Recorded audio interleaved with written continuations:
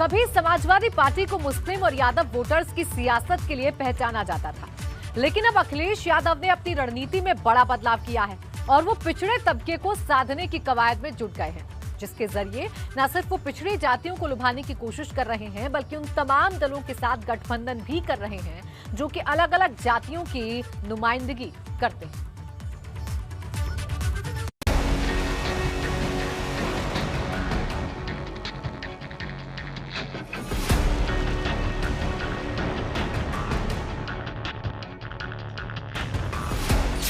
आगे की लड़ाई के लिए अखिलेश का पिछड़ा दांव, सियासी बिसात पर पिछड़ों की सियासत का जोर।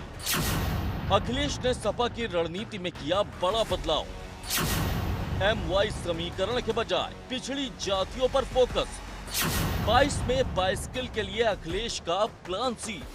ये जो जन सैलाब दिखाई दे रहा है, ये इतिहास लिखने का काम करेगा। इस बार चुनाव में पिछड़ों का इंकलाब होगा और 22 में बदलाव होके रहेगा। 2022 की जंग में सियासी दलों ने अपनी तैयारी को धार देना शुरू कर दिया है और मौके की नजाकत को देखते हुए कई दल अपनी रणनीति में भी बदलाव करते दिख रहे हैं, जिसमें सबसे ज्यादा एक्टिव मोड में दिख रहे हैं अखिलेश यादव, जिनकी पार्टी पर कभी सिर्फ मुस्लिम और यादव वोटरों की सियासत के आरोप लगते आए, लेकिन अब अखिलेश यादव ने रणनीति में बड़ा बदलाव करते हुए पिछड़ों की सियासत को हवा देने की कवायद शुरू कर दी।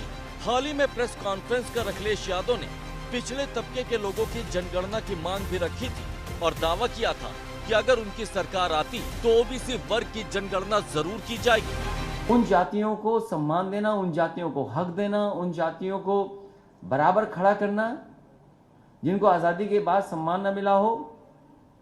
आपकी जो लड़ाई है और जो समाजवादी पार्टी हमेशा कहती रही है कि जाति जनगणना होनी चाहिए, पिछड़ों की भी जाति जनगणना हो, कम से कम पता लगे कौन कितनी जाति का है। वहीं अखिलेश यादव सिर्फ ओबीसी जनगणना की मांग नहीं कर रहे हैं, बल्कि वो अपनी पार्टी के संगठन में भी अहम बदलाव कर रहे हैं। उनकी पार्टी की कमेटी को देखेंगे तो आपको भी इसमें उनके जाति कार्ड का गणित समझ आ सकेगा।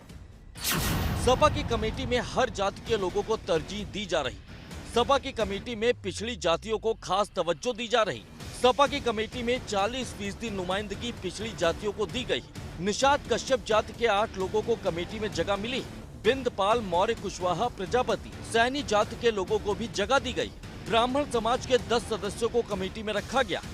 यादव समाज के सिर्फ 7 लोग इस कमेटी में शामिल किए गए, जबकि मुस्लिम समाज के भी 11 लोग सपा की कमेटी का हिस्सा बने हैं। अखिलेश यादव के पिता मुलायम सिंह यादव ने अपनी राजनीति में सबसे ज्यादा फोकस मुस्लिम यादव वोटरों पर रखा था, जो सपा के मजबूत वोटर आज भी माने जाते हैं। लेकिन अखिलेश यादव को शायद ये समझ आ चुका है कि अगर यूपी का किला फतेह करना है तो पिछड़ी जातियों को साधना जरूरी है।